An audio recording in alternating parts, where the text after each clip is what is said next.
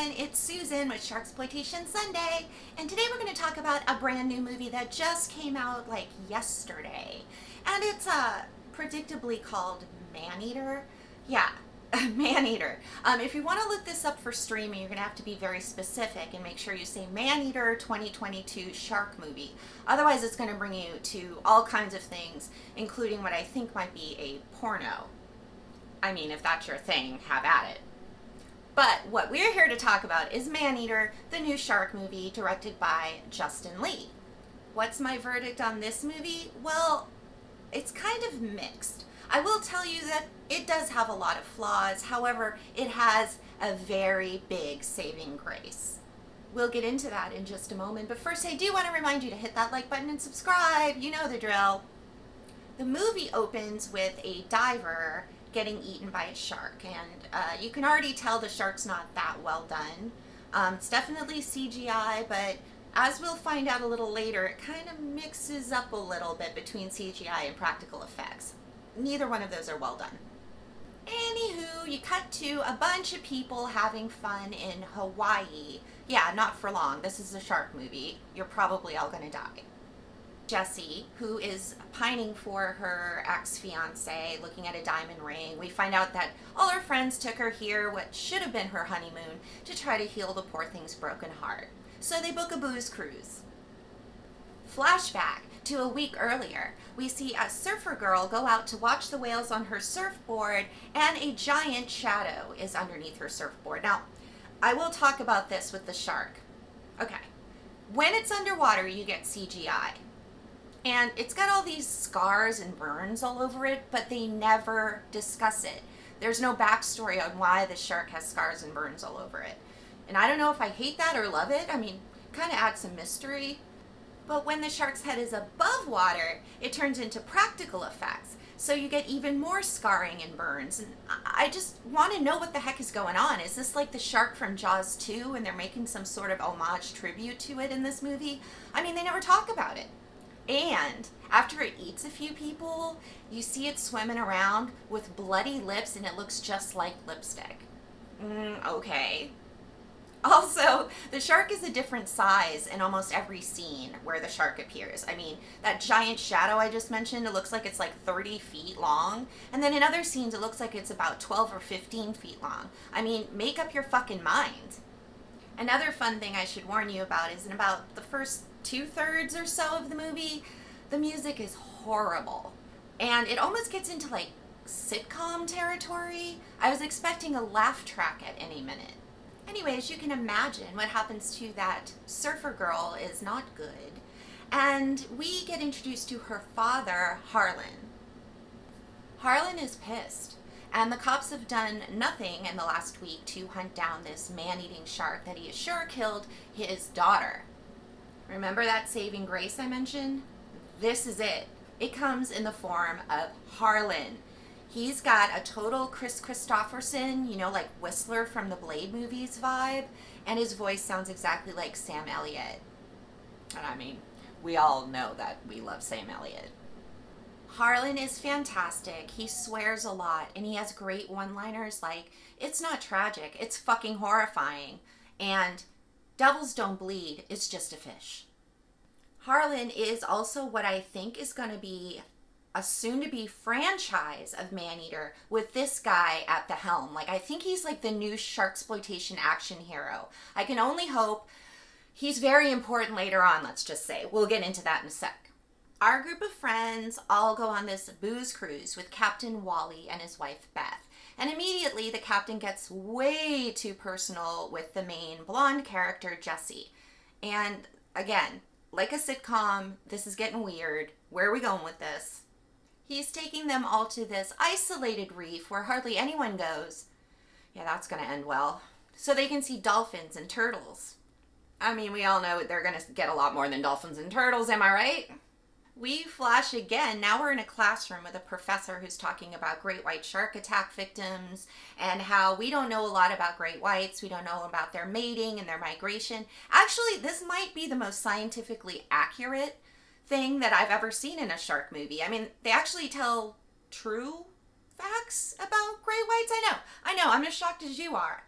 And here comes Harlan. So he's always butting in and talking to people about the shark that killed my daughter. You've got a man-eater. And he goes out on the fucking ocean, guns a-blazing, and he's going to kill the fucking thing because nobody else will. Harlan, the hero.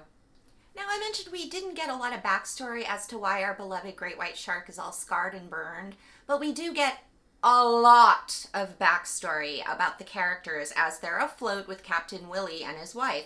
I mean, way too much. There's a whole scene where we have to find out what everybody does for a living, how they all met, if anybody fucked anybody. It's ridiculous because for anyone who's seen a shark movie, 99% of them are going to die. So I don't really care that you're a successful real estate agent. So our group is anchored on this reef right off of an island, and they're using this inflatable motorized raft to go back and forth between the island and the boat. And this ding-dong in the group decides to shotgun a beer, and he stabs the can with this giant knife, which goes right through his hand. And now we've got a wounded, bleeding dude in the group. And Captain Wally gets really serious real fast all of a sudden and is like, do not, repeat, do not get in the water. So, important to know is that the group on the island has a walkie-talkie that they communicate to Captain Wally on the boat with. Captain Wally drops the walkie-talkie in the ocean, and he goes in to get it, and him and his wife don't make it. Jessie, who's been talking pretty regularly with Captain Wally, she notices when he's not answering her, something's up. Around the same time, one of the women in the group decides to partially skinny dip. I mean, she just takes her bottoms off and goes in the ocean. Okay, that's one way to do it. And of course, that's how our guy with the hand wound, who is told never to go in the water, gets in the water. He cannot resist the call of the booty. So as you can expect, they don't make it. But the guy does wash up on shore, which alerts the whole group like, uh-oh, something's going on. Another guy who had taken the raft over to the boat to confirm that Wally and Beth are gone, he's trying to come back. His raft gets attacked. A woman on shore decides to jump in and try to save him. She gets attacked. And another woman who is also trying to help the other guy, gets attacked. The guy that was in the raft, his name is Will, he ends up crawling ashore, missing a leg, and pretty much chewed the fuck up. Now, besides Jessie, he's the only one now who survived. So it's just her trying to help this dying, bleeding guy on the beach. Jessie's calling on the walkie-talkie, seeing if anybody can hear her. Anybody hear me? Anybody hear me? Somebody does. Guess who it is? It's our hero, Harlan. Now, for kind of a subpar movie with subpar effects, I have to say they act very logically. Harlan even calls the Coast Guard. So there's medical help on the way. I mean, yeah, that's what you should do in this situation. Harlan, such a good one.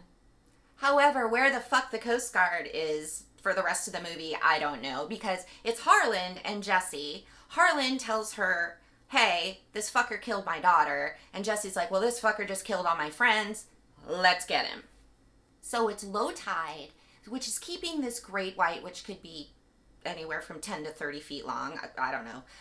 Inside the reef, and they are gonna fuck it up. So Jessie puts herself out there as human bait, and she swims from this little jetty. She jumps in the water, and she's swimming towards the boat to get that fucker to chase her right towards Harlan's gun.